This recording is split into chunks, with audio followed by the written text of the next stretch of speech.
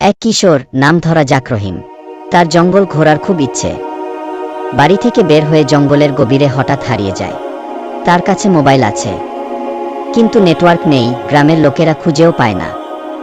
সে বুঝতে পারে তাকে বাঁচতে হলে জঙ্গলের সাথেই লড়াই করে বেঁচে থাকতে হবে। রাতে কিশোর হঠাৎ ভয়ঙ্কর এক শব্দ শোনে, হায়না আর বাঘের ডাক। ছেলেটি খুব ভয় পেয়ে যায়। রহিম ভয়ে গাছে উঠে যায়। তখন অনেক জোরে বাতাস হচ্ছিল, গাছ থেকে পড়ে যাবার মতো অবস্থা। সকালে গাছ থেকে নেমে দূরে অদ্ভুত আলো দেখতে পায়, যেন কেউ সেখানে কিছু জ্বালিয়ে রেখেছে।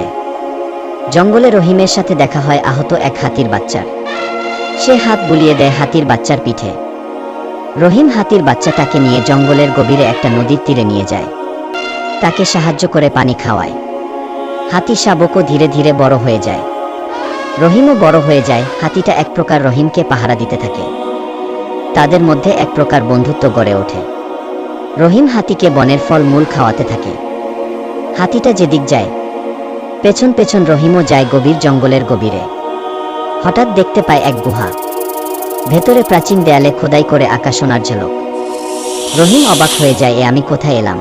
কিন্তু গুহার সামনে এক ভয়ঙ্কর সাপ পাহারা দিচ্ছে। রহিম অনেক ভয় পেয়ে যায়। রহিম মনে সাহস রেখে চুপি চুপি গুহার ভিতর ঢুকে পড়ে। ভেতরে শুধু ধনরত্ন নয়, বরং এক প্রাচীন রহস্য, এক হারানো রাজ্যের চিহ্ন।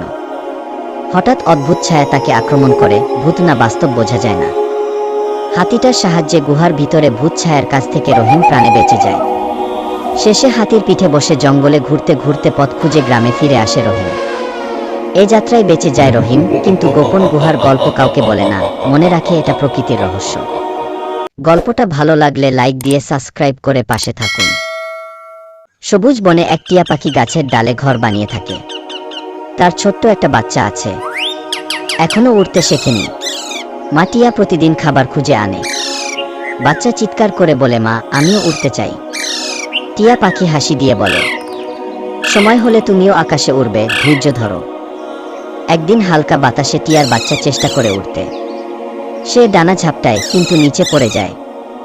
টিয়া নিচে নেমে তাকে তুলে নেয়, বলে, ভয় পেও না, প্রতিটি ভুলই শেখায় প্রথম ধাপ। কয়েকদিন পর আবার চেষ্টা করে বাচ্চা।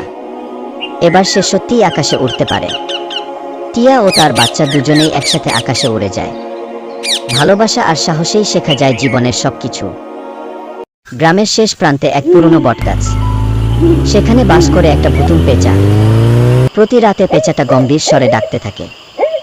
গ্রামের লোকজন ভয় পায়, ভাবে অবশ্যই কোনো ভয়ঙ্কর কিছু আছে বটগাছে। কিন্তু একদিন সকালে একটা